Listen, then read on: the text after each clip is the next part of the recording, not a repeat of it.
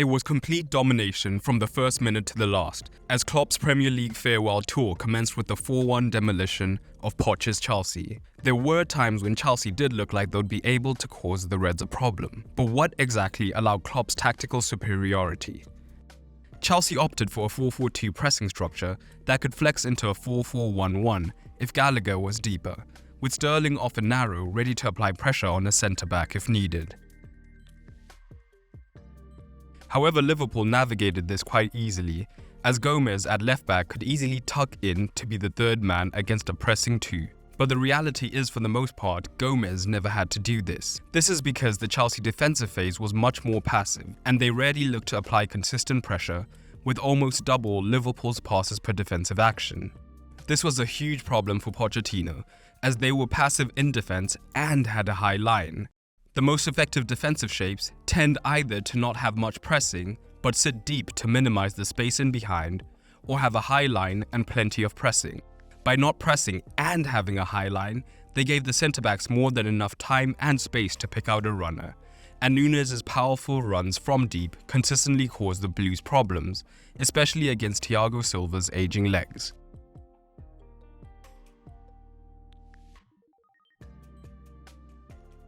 But with no pressure on the back three, Gomez would have been wasted in these deep zones, so instead he inverted into the midfield alongside McAllister. This helped the Argentine battle against the pressing engine of Gallagher, as they could now have a 2 versus 1 against him. But Gomez moving central gave Liverpool numerous advantages and options, and they were only made possible by Gomez not just being a functional short-range passer in possession, but genuinely being excellent in maneuvering in tight midfield spaces. But any of you who actually play the game know that training your decision-making in these congested midfields is almost impossible. Or it was until now, because that's where Be Your Best comes in. Be Your Best is the best VR training app for players, and it's so great it's being used by elite-level teams like Dortmund and Copenhagen, as well as the German national team. The beauty is, in Be Your Best, players can play through 800 scenarios, recreated from real-life professional games, meaning you get to experience what the pros did and elevate your in-game decision-making to deal with those demands. You'll be on the field playing the game from a first-person point of view as you work on your scanning, vision, and decision-making. And it's already helped thousands of pro and amateur players in the world, including Arsenal's Martin Odegaard. To start training with Be Your Best, all you need is a Meta Quest 2 or 3 VR headset. Then just click the link in the description to create your account and try out the app, and you'll become one of the best decision makers on the pitch. Thank you Be Your Best for sponsoring this video. So when Gomez inverted, it gave Jones enough freedom to make the runs in behind, much like Núñez, and gave them an even better chance of overloading the backline before hitting the balls in behind.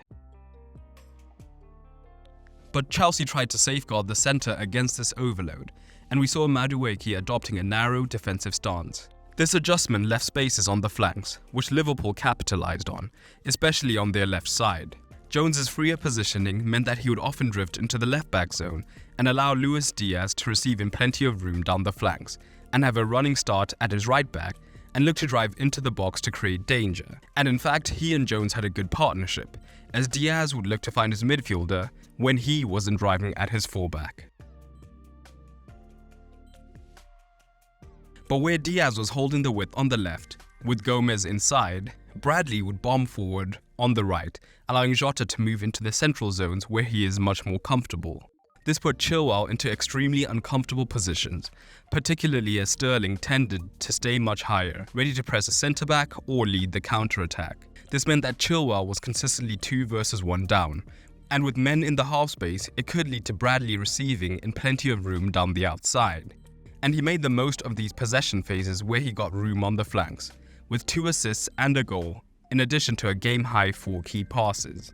For his goal, we see some of the principles, with Jota infield literally dragging Chilwell inside and giving Bradley the room against a much more offensive and central Sterling, leading to the goal. Similarly, for the third goal, the left winger for Chelsea is more central, as Liverpool overload their left with Gomez deep. This allows Bradley to remain high and wide on the right-hand side, with Szoboszlai in the right half space drawing in the full-back. Bradley has a space to cross, and Liverpool flood the box to finish. But what about Chelsea in possession? Well, they were struggling to play out for large portions of the game due to Liverpool's excellent press. Chelsea's centre-backs would split either side of the keeper, and this was the signal for Liverpool to switch to a back three. This would allow Jota to press in a more centre-forward position alongside Nunes, while the midfield looked to be man-to-man. This meant if Petrovic did attempt a shorter pass, the only option for the centre-back was to go wide, where Diaz and Bradley could press aggressively, knowing they had cover in behind, and this led to Liverpool winning the ball back consistently. As the game progressed, Palmer would drift across when possible to provide an extra outlet option, but at times Chelsea would instead opt to go longer.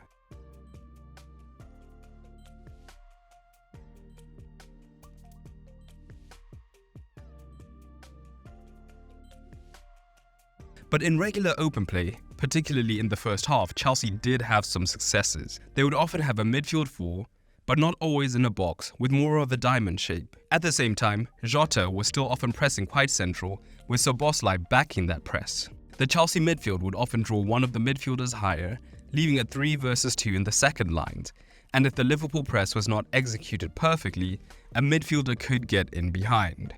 With Jota central, Chilwell would push high on the left, and this would allow Sterling more central, and his presence made it difficult for a centre-back to press Gallagher, so he more often received between the lines, but unfortunately his profile is not the best at taking the ball on the half turn and running in behind the midfield, so possession phases often did not come to much.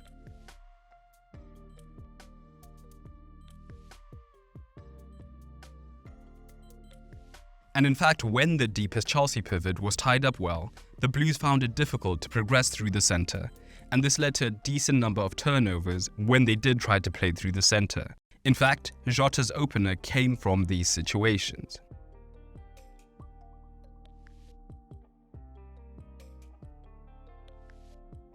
Overall, this was complete domination from the Reds, and I'm curious what you rate Liverpool's chances of winning the title as.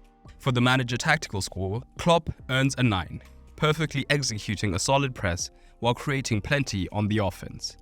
On the other hand, Pochettino's struggles are worsening and he only earns a 3.